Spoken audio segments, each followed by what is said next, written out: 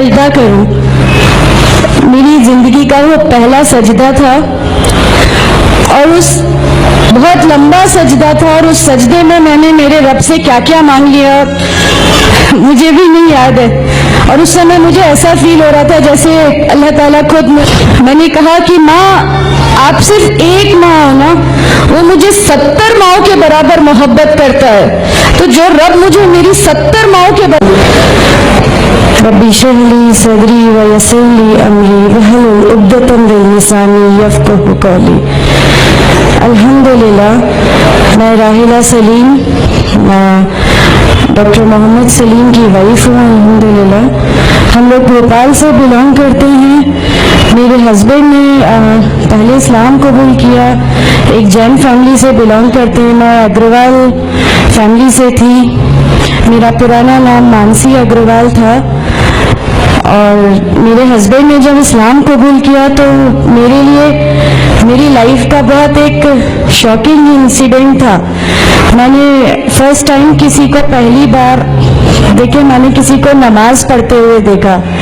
میں نے اچانک یہ اکثر کر کے ایک پرٹیکولر ٹائم ہوتا تھا اور یہ گھر سے کہیں چلے جاتے تھے, اور میں ان سے پوچھتی تھی کہ آپ کہاں جاتے ہیں, تو یہ رپلائی کرتے تھے this is none of your business, you have to do your job.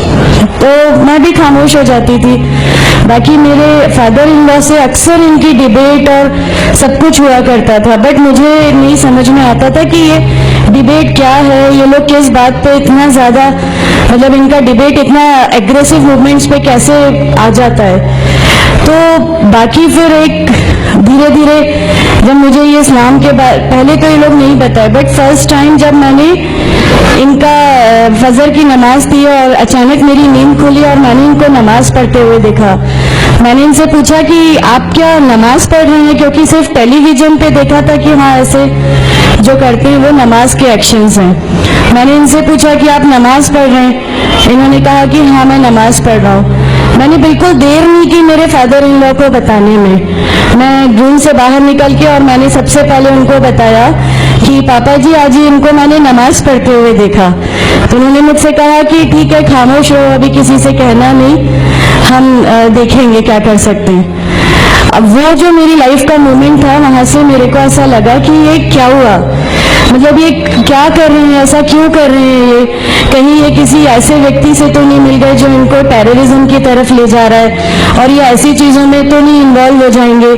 ایک بہت بڑا ڈر جو میرے اندر تھا وہ, اور on that time I was pregnant, تو میرے کو ایک بہت کھلبلی سی لگی رہتی تھی کہ یہ کیا چل رہا ہے, یہ کیا چل رہا ہے. پھر دھیرے دھیرے کر کے جب میں ان کی بکس وغیرہ جو المیرا میں رکھی رہتی تھیں وہ میں پڑھنے لگی اور ڈھونڈنے لگی. یہ چھپا کے رکھا کرتے تھے, اور مجھے جب بھی کوئی بک ملتی تھی تو پھر میں اس کو پڑھنے لگی. تو مجھے اس میں ایسا کچھ لگتا ضرور تھا کہ پتہ نہیں کچھ ہے, کوئی ڈفرینٹ چیز ہے, کیونکہ میں نے دیکھا کہ ان کے اخلاق, ان کی سب چیزیں بالکل چینج ہو گئی. جو یہ پہلے تھے اس سے یہ بالکل الگ ہو گئے. تو مجھے ایسا پرسنلی لگتا تھا کہ اس پلیٹ فارم نے ان کو ایسا کیا دیا جو میرے ہسبینڈ کو بالکل چینج کر کے رکھ دیا. مطلب الحمدللہ یہ اس سمے کوشش کرتے تھے کہ جو نبی کی سنتیں ہیں, جو ہمارے نبی صلی اللہ علیہ وسلم نے کیا, اپنی وائف کی مدد کرنا, اپنی وائف کے ساتھ کس طرح اس کے حقوق کی ادائیگی کرنا, یہ سب کچھ وہاں الحمدللہ کرنے لگے. اور مجھے جو ان کا یہ ڈراسٹیکل چینج تھا, جو ان کو اس پلیٹ فارم پہ آئے ہوئے 6 months یا 1 year ہوا ہوگا, وہ دیکھ کے میرے لیے ایک بہت بڑا ایک سرپرائز تھا کہ یہ کیا ہوا. پھر اس کے بعد مجھے لگا کہ نہیں, میں بھی اب اس کو جانتی ہوں, میں بھی اب پڑھوں گی. اور پھر میں اپنے فادر ان لا اور ان کی ڈیبیٹ سننے لگی. تو جینزم میں گاڈ کانسیپٹ ہے ہی نہیں. ہر وہ ویکتی جو بہت زیادہ علم حاصل کر لیتا ہے, بہت زیادہ نالج حاصل کر لیتا ہے, تو وہ ایک لمٹ پر آ کر نعوذ باللہ گاڈ کا وہ مقام حاصل کر لیتا ہے, اور لوگ اسی کی پھر پوجا کرنے لگتے ہیں, اسی کی ورشپ کرنے لگتے ہیں. تو میرے دماغ میں اگروال فیملی سے تھی, تو میرے دماغ میں تھا کہ نہیں, ہمارے جو بھگوان ہیں وہ 3-4 ہاتھ والے ہیں, ان کا کیا ایک ہی گاڈ ہے جس کو جا کے آپ کو پوجنا ہے. تو نہیں, میں ان سے تو کچھ نہیں مانگوں گی, 3-4 ہاتھ والے بھگوان ہی ہوتے ہیں, یہ نہیں کچھ وہ ایسا رکھتے. تو وہاں سے ایک تھوڑا سا ڈسٹریکشن میرے کو گاڈ کانسیپٹ کا آیا. اور ایشور ہے جو اس دنیا کو چلا رہا ہے، یہ ہمیشہ میرے ایک ذہن میں رہتا تھا. تو مجھے میرے فادر ان لا کہیں نہ کہیں اس پلیٹ فارم پہ آ کے غلط لگنے لگے کہ نہیں یہ جو کہہ رہے ہیں وہ صحیح ہے، اور ان کی جو ڈیبیٹ ہے اس کا اینڈ جو ہے وہ یہ صحیح ہے. پھر دھیرے دھیرے کر کے مجھے ان کی چیزوں پہ یقین آنے لگا الحمدللہ. پھر ہمارے ایک فیملی فرینڈ ہیں، ان کے یہاں یہ مجھے لے گئے. وہاں پر کسی نے مجھ سے کہا کہ میں بہت بزرگ ہو چکا ہوں، کلیم صدیقی صاحب ہیں، مجھے ان کا نام دھیان نہیں ہے اچھے سے، بٹ انہوں نے مجھ سے کہا بیٹا میں بہت بزرگ ہو چکا ہوں، میں چاہتا ہوں تم کلمہ پڑھ لو، میری زندگی رہے نہ رہے، میں آپ سے ملوں نہ ملوں، تو آپ کلمہ پڑھ لو. تو الحمدللہ میں نے کلمہ پڑھ لیا. کلمہ پڑھنے کے بعد بھی جب ہم گھر لوٹ رہے تھے تو میں نے ان سے کہا کہ میں نے صرف ابھی کلمہ پڑھا، ابھی آپ یہ مت سمجھیے گا کہ میرے کو سب سمجھ میں آ گیا اور میں اس چیز کو مان لوں گی. انہوں نے کہا نہیں، تمہاری مرضی، کسی میں کوئی فورس نہیں ہے. تو الحمدللہ اللہ تعالیٰ کا احسان ہے، اس کلمے کی طاقت تھی. اور یہ ہمیشہ کہتے تھے تمہیں کوئی دعا مانگنی ہے تو تہجد میں مانگا کرو. تہجد کا جو ٹائم ہوتا ہے وہ بہت قیمتی ہوتا ہے اور اس میں اللہ تعالیٰ سب کی دعائیں قبول کرتا ہے. انہوں نے مجھے ایک دعا سکھائی تھی کہ تم ایک دعا مانگو کہ یا میرے رب اگر میرا ہسبینڈ غلط راستے پر ہے تو اس کو صحیح راستے پہ لیا، اور اگر میں غلط راستے پہ ہوں تو مجھے صحیح راستہ دکھا دے. الحمدللہ میں یہ دعا کنٹینیو مانگتی تھی. ایک بار میری نیند الحمدللہ تہجد میں کھلی اور بس میں نارمل جیسے ایک دھیان کرتے ہیں ویسا میں بیٹھ گئی اور اپنے آپ اچانک دل چاہا کہ بس سجدہ کروں. میری زندگی کا وہ پہلا سجدہ تھا اور اس بہت لمبا سجدہ تھا، اور اس سجدے میں نے میرے رب سے کیا کیا مانگ لیا مجھے بھی نہیں یاد ہے.